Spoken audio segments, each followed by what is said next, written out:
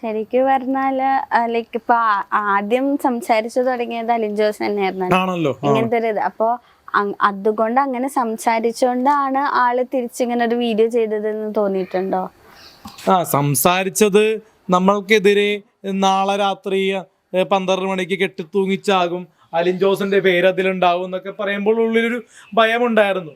അതുകൊണ്ട് അങ്ങനെ ചെയ്തു. പക്ഷേ ഇതിനെതിരെ എനിക്ക് പറയാനുള്ളത്, അവളോട് പറയാനുള്ളത്, ഇവൾക്ക് എന്നെ ഇഷ്ടമാണെങ്കിലോ എന്നെ കല്യാണം കഴിക്കണമെന്നുണ്ടെങ്കിലോ ധൈര്യമുണ്ടെങ്കിൽ എടക്കൊച്ചി പള്ളി വരട്ടെ. മനസ്സിലായ? ഞാനൊരു ഇന്ത്യനാണ്. മനസ്സിലായ? അപ്പോ എനിക്ക് ഈ പെണ്ണിനെ ഒന്നും കെട്ടാൻ താല്പര്യമില്ല, പേഴ്സണലി പറഞ്ഞു കഴിഞ്ഞാൽ. മനസ്സിലായോ? അപ്പൊ സദ്യയല്ലത്. ഇവള് ഒരു ക്രിസ്ത്യാനിയാണല്ലോ. ഇവള് ആദ്യം വരേണ്ടത് എന്നെ കെട്ടണമെങ്കിൽ പള്ളിയിൽ പോയിട്ട് അച്ഛനെ കണ്ട് പറയുക എനിക്ക് കല്യാണം കഴിക്കണം. അപ്പോ അച്ഛനായിട്ട് പരിഹരിച്ച് ഈ പ്രശ്നത്തിൽ ഒരു പരിഹാരം കണ്ടെത്തും. കല്യാണം നടത്താൻ വേണ്ടിയല്ല, പരിഹാരം. ഈ 39 വയസ്സുകാരിയെ എന്തുകൊണ്ട് 23 വയസ്സുകാരൻ കെട്ടണം? അത് ആദ്യം പറയുക. ഇവള് പീഡിപ്പിച്ചെന്ന് പറയണത് തന്നെ എനിക്ക് നാളെ ഒരു കല്യാണാലോചന അല്ലെങ്കിൽ വിവാഹാലോചന വരാണ്ടിരിക്കാനാണ്. അവള് പറയുന്ന ഒരു പോയിന്റ് ഇതാണ് ഈ വീഡിയോ ഇടുന്ന മുമ്പ്.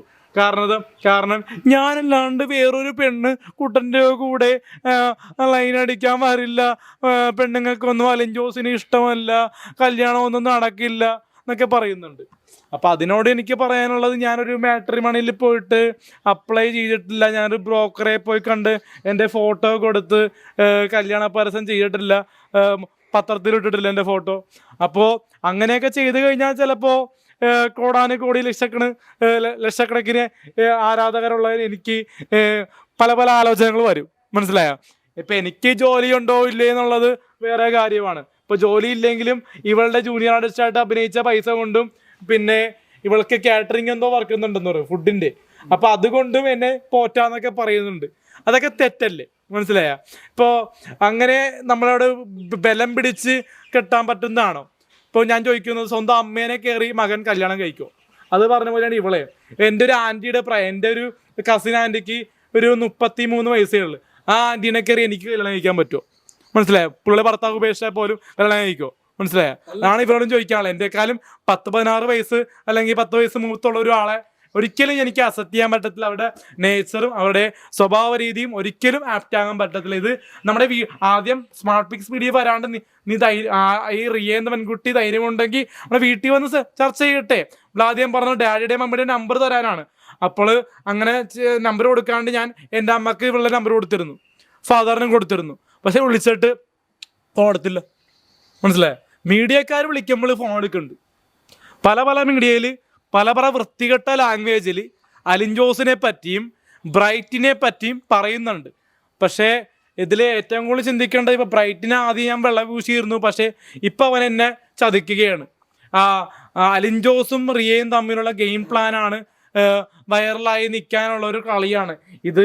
എനിക്കെതിരെ ഉള്ള പല ഈ കരിനീക്കങ്ങളും ചെയ്യുന്നത് ഞാൻ ഒരു വൈറലായ ഫേമസ് ആയ ഒരു റിവ്യൂ സെലിബ്രിറ്റി. മനസ്സിലായ? അപ്പം അത് കൊണ്ട് നമുക്ക് വലിയ റെമ്യൂണറേഷൻ ഒന്നും കിട്ടുന്നില്ല. ഒരു ട്രാവൽ എക്സ്പെൻസോ ഫുഡ് എക്സ്പെൻസോ മാത്രം ലഭിക്കുന്നുണ്ട്.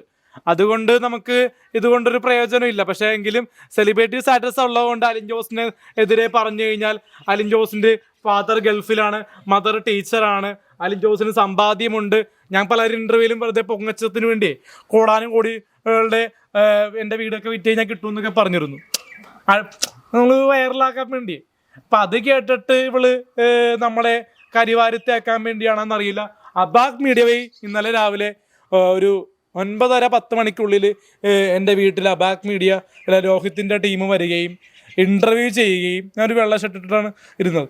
അപ്പോൾ അത് ഇൻ്റർവ്യൂ ചോദിക്കുകയുണ്ട്. ഒരു പകുതിയായപ്പോൾ തന്നെ എനിക്ക് അവരുടെ രീതി അത്ര ഇഷ്ടപ്പെട്ടില്ല. 1 കോടി രൂപ തന്നു കഴിഞ്ഞാൽ ഈ കേസിൽ നിന്ന് ഊരാന്നാണല്ലോ റിയ പറയുന്നത്. താങ്കൾക്ക് എന്താണ് പറയാനുള്ളത്? 1 കോടി രൂപ കൊടുക്കുമെന്നൊക്കെയാണ് പറയുന്നത്. മനസ്സിലായോ? ഇപ്പം എൻ്റെ 2 സ്ഥലങ്ങൾ വിറ്റ് കഴിഞ്ഞാൽ ചിലപ്പോൾ 2-3 കോടി രൂപ കിട്ടുമായിരിക്കും. പക്ഷേ എനിക്ക് കോടാനുകോടി രൂപ ഈ ഇത്രയും അന്യ പുരുഷന്മാരുടെ കൂടെ ലൈൻ അടിച്ച് നടക്കുന്ന പെണ്ണിന് കൊടുക്കേണ്ട കാര്യമില്ല. സെറ്റിൽ വെച്ച് പല ആണുങ്ങളുടെ കൂടെ കറങ്ങി നടക്കുന്നു പറയുന്നത് കേൾക്കുന്നുണ്ട്. പിന്നെ നിർത്ത് പറയണം, പല പല ആണുങ്ങളുടെ നമ്പർ ഇവളുടെ ഫോണിലുണ്ട്. എന്നെ സ്ഥിരം പല ആണുങ്ങൾ വിളിക്കാറുണ്ട്, പല ദേശത്തു നിന്ന് വിളിക്കാറുണ്ട്. ഇപ്പൊ തന്നെ മനസ്സിലായി ലോക ഒരു പെണ്ണെന്ന് പറഞ്ഞ രീതിക്ക് തന്നെ ഒരു അപമാനമായി മാറിക്കൊണ്ടിരിക്കുകയാണ് ആ ഒരു വർത്തമാനത്തിൽ നിന്ന് തന്നെ. കളിയാക്കുന്നതല്ല, പെണ്ണുങ്ങളെ മൊത്തത്തിൽ അപമാനിക്കുന്നതല്ല. പക്ഷേ എൻ്റെ കൂടെ പല പെണ്ണുങ്ങൾ ഗേൾസ് ആയിട്ടുള്ള ആൾക്കാർ അഭിനയിച്ച് പോയിട്ടുണ്ട്. എക്സാമ്പിൾ ഞാൻ പറയാം, 2-3 പേരുടെ പേര്. ഇപ്പോൾ നമ്മുടെ 2 വർക്ക് ഇറങ്ങാനുണ്ട്, മനസ്സിലായോ? 2 വർക്ക് ഇറങ്ങാനുണ്ട്, നേര്, ബ്ലഡി നൈറ്റ്. അപ്പൊ അത് കുറച്ച് സാമ്പത്തികമായിട്ടേ കുറച്ച് പ്രതിസന്ധി ആയതുകൊണ്ട് മെയ് മാസത്തേക്ക് വെച്ചേക്കാണ്. ഇപ്പോൾ ഞാൻ ജയിലിൽ പോയാലും അറസ്റ്റ് ആയാലും അത് ഇറങ്ങും യൂട്യൂബിൽ. അപ്പോൾ അതിൽ ബ്ലഡി നൈറ്റിൽ നായികയായിട്ട് അഭിനയിക്കുന്ന 2 പേരാ, ചിഞ്ചു, രേഷ്മ. ഇവരോട് ചോദിച്ചാൽ അറിയാം ഞാൻ സെറ്റിൽ എങ്ങനെയാണ് പെരുമാറിയത്, ഇവർ ഇങ്ങോട്ട് എങ്ങനെയാണ് പെരുമാറിയത്. എന്നോട് ഇങ്ങോട്ട് മോശമായിട്ട് പ്രതികരിക്കുക ഒന്നും ചെയ്തിട്ടില്ല. മോശമായിട്ട് പ്രതികരിച്ചത് റിയ മാത്രമാണ്. ഇപ്പോൾ റീൽസിൽ നമ്മുടെ ഷാനിബ ആണെങ്കിലും കുറച്ചു മുമ്പ് ചെയ്ത ഡാൻസ് കളിച്ച ജ്യോതി മോഹൻ ആണെങ്കിലും നല്ല രീതിയിൽ അവരുടെ ഒരു റീൽസിലെ റോള് ചെയ്ത് മടങ്ങി. മനസ്സിലായ? ജ്യോതിയുടെ കാര്യം ഇവള് പറഞ്ഞില്ല, കാരണം ജ്യോതി ഒരു മോഡലല്ലേ, നീ കളിച്ചു കെട്ടിപ്പിടിച്ചു എന്നൊക്കെ പറയണ. മോഡലിന് വേറെ കാര്യം, ഇവള് തന്മനത്തെ അറിയപ്പെടുന്ന ആളെന്നൊക്കെ പറയണം. ഒരു പേരും പറയുന്നുണ്ട്, പുള്ളി പറഞ്ഞല്ലോ അതിനെപ്പറ്റി ഞാൻ പറയുന്നില്ല. അപ്പോ ഞാൻ പറയാനുള്ളത് എനിക്ക് ഇത്ര മാത്രമേ ഉള്ളൂ. ഞാൻ പല പെണ്ണുങ്ങൾക്കൊപ്പം ഒരു സ്ക്രീൻ പ്രൈസ് ഷെയർ ചെയ്ത് അഭിനയിച്ചിട്ടുണ്ട്, നന്മ നിറഞ്ഞവരിലായിക്കോട്ടെ, പിന്നെ അത് കഴിഞ്ഞിട്ട് നമ്മുടെ ബ്ലഡി നൈറ്റിലായിക്കോട്ടെ, പിന്നെ പല സീക്വൻസിൽ പല റീൽസിലും പല പെണ്ണുങ്ങൾക്കൊപ്പം അഭിനയിച്ചിട്ടുണ്ട്. ജൂനിയർ ആർട്ടിസ്റ്റായിട്ടും പല ലൊക്കേഷനിൽ നമ്മുടെ ലൈല എന്ന ലൊക്കേഷനിൽ റിവ്യൂ പറയുന്നുമ്പ് പല പെണ്ണുങ്ങൾക്കൊപ്പം നമ്മൾ വർത്താനം പറഞ്ഞ് തമാശയൊക്കെ പറഞ്ഞ് പോയതാണ്. മനസ്സിലായോ? ആറാട്ടെണ്ണം പറഞ്ഞു നമ്മൾക്ക് പെണ്ണുങ്ങളോട് ഇടാൻ അറിയാൻ പാടില്ല, അലിൻ ജോസ് ഭയങ്കര പീഡകനാണെന്നൊക്കെ പറയുന്നുണ്ടായി. അതൊക്കെ തെറ്റാണ്. പീഡനം എന്ന് പറയുമ്പോൾ എന്താണെന്ന് തെളിവ് കാണിക്കട്ടെ, മനസ്സിലായ? ആദ്യം റേപ്പിസ്റ്റ് ആക്കാൻ നോക്കുന്ന ഇവള് ലോക അലമ്പ. കാരണം അലിൻ ജോസ് പെരേരനെ അടപടലം പൂട്ടാനുള്ള ഒരു കളിയാണ് കളിക്കുന്നത്. കാരണം 2017 ദിലീപേട്ടനെ അറസ്റ്റ് ചെയ്തത് ജൂലൈ മാസത്തിലാണ്. അപ്പോൾ അതുപോലെ ഇപ്പോൾ 2024 ഇപ്പോൾ ദിലീപേട്ടൻ്റെ കേസും ഇപ്പോൾ മുറുകുന്നുണ്ട്. ആ കൂട്ടത്തിൽ എൻ്റെ കേസും മുറുകാൻ വേണ്ടിയുള്ള ശ്രമത്തിലാണ്. എന്നെ എങ്ങനെയും കരിവാരി തേച്ച് റിവ്യൂ പറയാനുള്ള മാത്രം, റിവ്യൂ സിനിമയുടെ ഒരു സമയത്തിന് മാത്രമുള്ള റിവ്യൂ ഉണ്ടാവുള്ളൂ. ഇപ്പോൾ റീൽസായിട്ട് മര്യാദയ്ക്ക് മുന്നോട്ട് പോകുമ്പോൾ ഒരാളുടെ കൂടെ അഭിനയിക്കാൻ പാടില്ല, കളിക്കാൻ പാടില്ല, ഇവൾക്കൊപ്പം മാത്രം അഭിനയിക്കാൻ പാടില്ല. ഇപ്പോൾ ഇത്രയും പ്രശ്നത്തിന് നടുവിൽ നമ്മൾ 2-3 പ്രോഗ്രാംസ് ചെയ്തു. കാരണം ഈ അനശ്വരരാജൻ്റെ പരിപാടി, അനശ്വര ഗോൾഡൻ ഡയമണ്ട്സിൽ ഉദ്ഘാടനത്തിന് ഗസ്റ്റായിട്ടല്ല, ഒരു വിസിറ്ററായിട്ട്, ഒരു പബ്ലിക് വ്യൂവറായിട്ട് ഞാൻ പോയി. എന്നെ വിളിച്ചിട്ടാണ് അന്ന് പോയത്. അപ്പോൾ അവിടെ പോയി കണ്ടു, സംസാരിച്ചു, അനശ്വരരാജനെ പരിചയപ്പെട്ടു, ഷെയ്ക്ക് ഹാൻഡ് കൊടുത്തു. അതൊക്കെ മീഡിയയിൽ വന്നിട്ടുണ്ട്. മീഡിയക്കാർ ഷൂട്ട് ചെയ്തില്ല ആദ്യം പറഞ്ഞു, പീഡന വീരൻ്റെ ഷൂട്ട് ചെയ്യൂലെന്ന്. അപ്പോൾ അങ്ങനെ പറഞ്ഞിട്ട് അതൊക്കെ വന്നു. പിന്നെ ജയ് ഗണേശിൻ്റെ ഇതിൽ ഉണ്ണിമൂന്നരായിട്ടും ഉള്ള വീഡിയോസും വന്നു. പിന്നെ അത് കഴിഞ്ഞിട്ട് നമ്മുടെ ഈ പുള്ളിയും പണ്ട് കോമഡി താരമായിട്ട് ചെയ്തത് അല്ലേ, കോമഡി താരം തരും. അപ്പോൾ കോമഡി താരമായിട്ട് പുള്ളി ചെയ്ത് കഴിഞ്ഞപ്പോൾ പുള്ളിയുടെ ഒരു പരിപാടി ഉണ്ടായിരുന്നു, മനസ്സിലായോ, അമൃത TV-യിൽ. ഇപ്പോൾ കേസിൻ്റെ ഓൺലൈൻ മീഡിയയിലും എൻ്റെ ഇത് പെൺ വിഷയം നടന്നിരിക്കുന്ന സമയത്തും അമൃത TV എന്നൊരു പ്ലാറ്റ്ഫോമിൽ അലിൻ ജോസ് പെരേരയും സന്തോഷ് വർക്കിയെയും വിളിച്ചു. മനസ്സിലായോ?